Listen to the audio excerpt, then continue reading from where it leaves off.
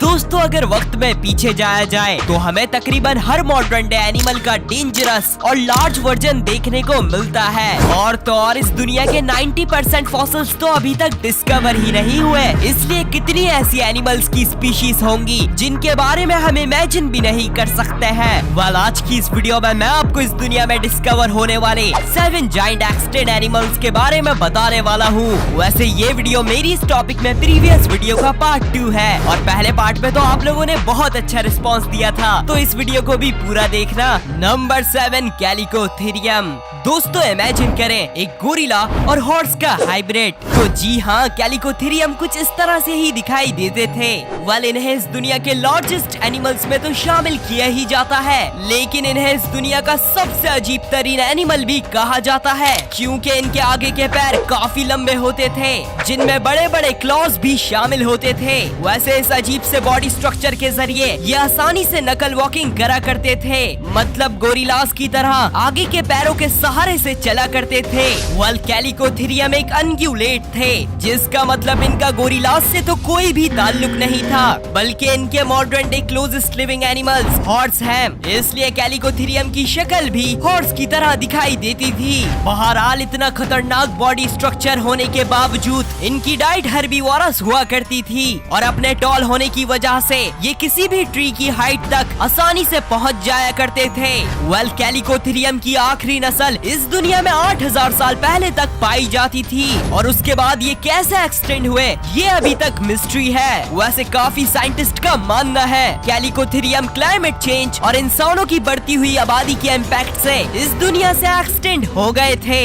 Number 6 ब्रोकोप्टोडॉन। दोस्तों modern day kangaroos की species को तो आपने जरूर देखा होगा, जो बेशक होते तो हर्बीवोरस हैं, लेकिन कई बार इन्हें बहुत से शिकारी एनिमल्स को पानी में डुबाते हुए देखा गया है। और तो और इनकी बॉडी भी बहुत ही ज्यादा स्ट्रॉन्ग होती है। लेकिन ऑस्ट्रेलिया में आज से कुछ हजारों साल पहले मॉडर्न डे कैंगरूज से कई गुना ज्यादा खतरनाक और साइज में डबल ब्रोकोप्टोडॉन नामी कैंगरूज की नस्ल इस दुनिया में एग्जिस्ट किया करती थी। और तो और इन कैंगरूज को अब तक की डिस्कवर की जाने वाली कैंगरूज की सबसे बड़ी नस्ल बताया जाता है। वैसे ब्रोकोप्टोडॉन को जायंट शॉर्ट फेस्ड कैंगरूज भी कहा जाता है, क्योंकि इनका फेस शॉर्ट और फ्लैट हुआ करता था, बिल्कुल किसी बुलडॉग की तरह। ब्रोकोप्टोडॉन की डाइट मॉडर्न डे कैंगरूज की तरह हर्बीवोरस हुआ करती थी और इनकी ऊंची हाइट की वजह से इनके जमाने के शिकारी एनिमल्स इनको शिकार करने की हिम्मत भी नहीं किया करते थे। और तो और ब्रोकोप्टोडॉन के जमाने में मेगालेनिया नामी छिपकली की सबसे बड़ी नस्ल और मार्सुपियल लाइन जैसे खतरनाक एनिमल्स एग्जिस्ट किया करते थे। बहरहाल आज से 18,000 साल पहले ब्रोकोप्टोडॉन क्लाइमेट चेंज और ह्यूमन हंटिंग की वजह से इस दुनिया से एक्सटेंड हो गए थे। Number 5 giant beaver. बीवर चूहों की एक नस्ल है जो सेमी एक्वाटिक होते हैं और अपनी ज्यादातर जिंदगी पानी के आसपास ही गुजार देते हैं। वैसे तो इन चूहों का साइज आज के जमाने में भी कुछ कम नहीं होता, लेकिन आज से 10,000 साल पहले आइस एज के दौरान इस दुनिया में जायंट बीवर नामी बीवर की बियर जितनी एक नस्ल पाई जाती थी। जी हाँ दोस्तों, एक चूहा वो भी बियर के बराबर। और तो और इनके दांत भी बनाना जितने होते थे। वैसे जायंट बीवर्स देखने में बिल्कुल मॉडर्न डे बीवर्स की तरह दिखाई देते थे और तालाब या झील के आसपास रहना पसंद करते थे, इसलिए इनकी ज्यादातर डाइट एक्वाटिक प्लांट्स पर बेस्ड होती थी। साथ ही साथ इनके बड़े साइज और छुपने की एबिलिटी की वजह से आइस एज के किसी भी शिकारी एनिमल का इनको शिकार करना इम्पॉसिबल था। जायंट बीवर सिर्फ और सिर्फ नॉर्थ अमेरिका कॉन्टिनेंट में पाए जाते थे, मतलब इनके साथ आइस एज के फेमस एनिमल वूली मैमथ्स और जायंट शॉर्ट फेस्ड बियर्ड्स भी कोएग्जिस्ट किया करते थे। बहरहाल आइस एज के बहुत से एनिमल्स की तरह जायंट बीवर्स भी आइस एज के बाद मौसम बदलने और इंसानों की हंटिंग की वजह से इस दुनिया से एक्सटेंड हो गए थे। नंबर 4 डेओडॉन।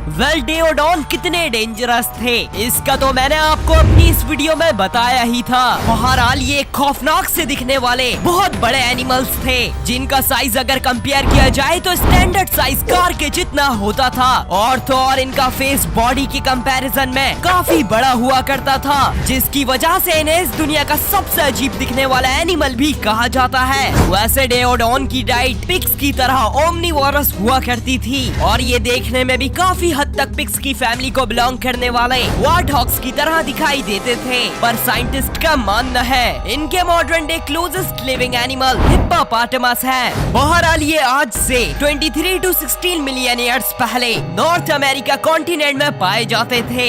ये वही टाइम है जब टेरर बर्ड्स जैसे जाइंट बर्ड्स और पैरासेराथेरियम जैसे लार्जेस्ट मैमल्स इस दुनिया में घूमा करते थे। वेल डेओडॉन किसी अननोन रीजन की वजह से इस दुनिया से एक्सटेंड हो गए थे।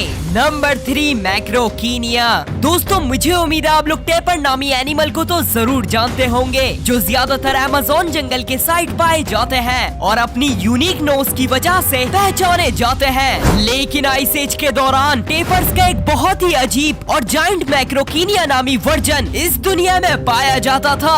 और इस एनिमल की नेक और बॉडी तो कैमल की तरह होती थी, पर फेस और नोज देखने में बिल्कुल टेपर की तरह दिखाई देते थे।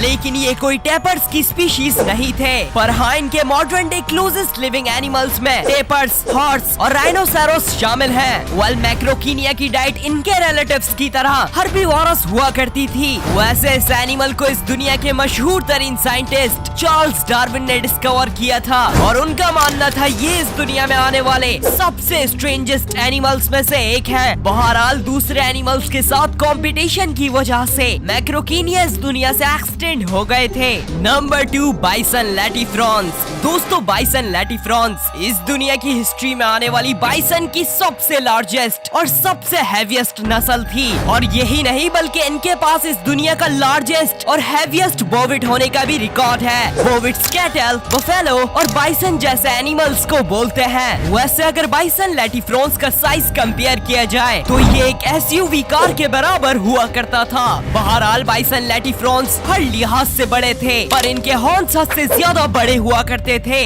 जिनके बीच में एक कार आराम से फिट हो सकती थी। वल ये नॉर्थ अमेरिका कॉन्टिनेंट में पाए जाते थे और माना जाता है ये यूरोप और एशिया में पाई जाने वाली स्टेप बाइसन नामी बाइसन की स्पीशीज से इवॉल्व हुए थे, जिनकी बॉडी आज भी साइबेरिया के ठंडे तरीन इलाकों से मिलती रहती है। वल आज से तकरीबन 2 लाख साल पहले steppe bison Bering land bridge के जरिए एशिया से नॉर्थ अमेरिका आ गई थी। वैसे ये वही रास्ता है जिससे नेटिव अमेरिकन भी अमेरिका आए थे।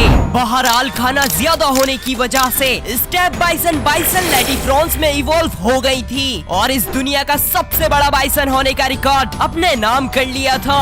लेकिन बाइसन लैटीफ्रॉन्स अपने एंसेस्टर्स स्टेप बाइसन के साथ साथ आज से 10,000 साल पहले ह्यूमन हंटिंग और आइस एज की खत्म होने की वजह से इस दुनिया से एक्सटेंड हो गए थे। नंबर 1 अर्जेंटीनोसॉरस। वेल इस वीडियो के फर्स्ट पार्ट में मैंने आपको इस दुनिया का सबसे बड़ा डायनासोर पैटेगोटाइटन मायोरम बताया था, लेकिन काफी ज्यादा रिसर्च करने के बाद मुझे पता चला कि पैटेगोटाइटन मायोरम की लेंथ 121 फीट तक बताई जाती है, जो कि एक ओवर एस्टिमेट है और असल लेंथ 102 फीट तक हुआ करती थी। और वही अर्जेंटीनोसॉरस की लेंथ 121 to 131 फीट के आसपास हुआ करती थी। इसलिए अर्जेंटीनोसॉरस ही इस दुनिया के सबसे बड़े डायनासोर हुए, जिनकी लेंथ अगर कंपेयर की जाए तो 2 मोसासॉरस से भी बड़ी हुआ करती थी और वजन 12 टी-रेक्स के जितना होता था। वेल 200 सालों से हम इंसानों का मानना था ब्लू व्हेल इस दुनिया के सबसे बड़े एनिमल है, लेकिन अर्जेंटीनोसॉरस लेंथ में ब्लू व्हेल से भी बड़े हुआ करते थे। बहरहाल अर्जेंटीनोसॉरस की डाइट हर्बीवोरस होती थी और ये अपने जमाने के लंबे लंबे ट्रीज खाने के लिए बहुत ही ज्यादा जाइंट साइज में इवॉल्व हो गए थे। वेल अर्जेंटीनोसॉरस तमाम डायनासोर्स के साथ साथ 66 मिलियन ईयर्स पहले होने वाले एस्ट्रॉइड इम्पैक्ट में इस दुनिया से हमेशा के लिए खत्म हो गए थे। वेल मुझे उम्मीद है आपको ये वीडियो जरूर पसंद आई होगी। अगर हाँ तो वीडियो को लाइक करें और मजीद इस तरह की वीडियोस के लिए चैनल को सब्सक्राइब करें। मिलते हैं नेक्स्ट वीडियो में। Take care, bye bye.